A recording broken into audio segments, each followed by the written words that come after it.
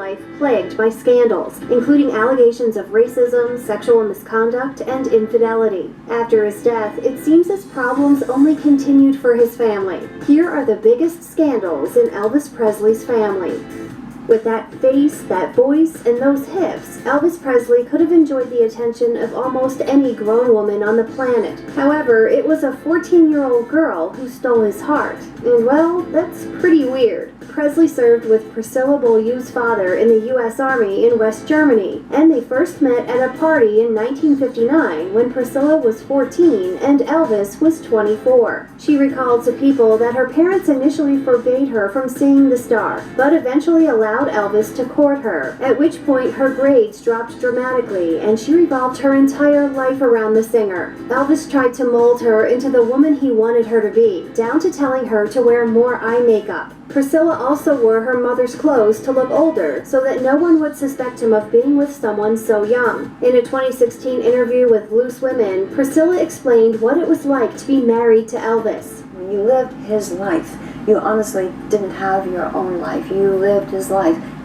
Priscilla wasn't the only young teen that Elvis Presley reportedly romped around with. In the book Elvis Presley, A Southern Life, author Joel Williamson alleges that Presley had a group of 3 14-year-old girls whom he would inappropriately engage with while at Graceland, ranging from tickling, wrestling, pillow fighting, and kissing. One of the girls, Frances Forbes, told the Daily Mail, "He didn't pay any attention to me when I was 13, but when I was 14, he noticed me." 14 was a magical age with Elvis. It really was. According to Williamson, in 1954, Presley cheated on 15-year-old girlfriend Dixie Locke with a fan. The Daily Mail also reported that when Presley was performing in Florida in 1956, 14-year-old fan Jackie Rowland's mother found Presley kissing Rowland, quote, in a grown-up way. Additionally, after Presley split from wife Priscilla, he is accused of pursuing another teen girl. In Alana Nash's book, Baby Let's Play House, Elvis and the Women Who Loved Him, she writes that Presley moved on with a 14-year-old girl named Rika Smith.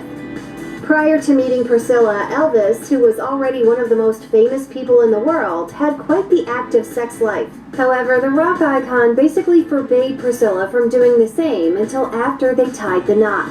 While he had rumored dalliances with Nancy Sinatra and other stars during their courtship, he refused to consummate his relationship with Priscilla until their wedding night. As the Daily Mail reports, her perceived purity was integral for him to maintain his attraction to her. In a piece for People penned by Priscilla, she claimed that they conceived daughter Lisa Marie on their honeymoon, and that after Lisa Marie's birth, Elvis had no sexual interest in her anymore. She also claimed that when she was 7 months pregnant, Elvis suggested a trial separation, but changed his mind within days. For as much as Elvis was obsessed with virginal women, he certainly didn't limit his own behavior at all. In Elvis Presley, A Southern Life, author Joel Williamson reported that Elvis installed two-way mirrors in his homes to spy on party guests having sex and women undressing. Elvis Presley wasn't the only cheater in his marriage, however. After Elvis stopped being intimate with Priscilla following the birth of their daughter, Lisa Marie, she understandably sought satisfaction elsewhere. In a 1985 interview with Barbara Walters, Priscilla explained that her relationship with Elvis was more of a father-daughter companionship as opposed to a functional marriage.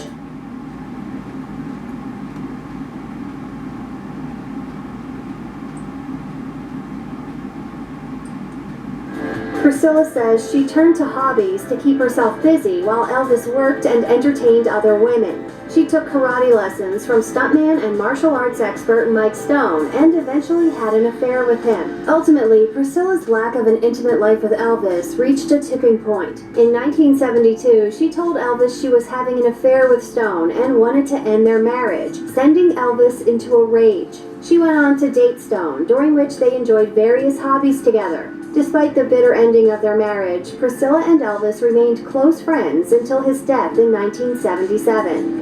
In August 1977, Elvis's girlfriend, Ginger Alden, found him dead in their bathroom, specifically and infamously on the floor in a locked position that indicated he had fallen to the ground while sitting on the toilet. The king was just 42 years old. The singer had grown overweight and was long dependent on several prescription drugs, including opiates, tranquilizers, sleeping pills, and hormones. People reported that he'd been prescribed nearly 12,000 pills within less than 2 years before his death.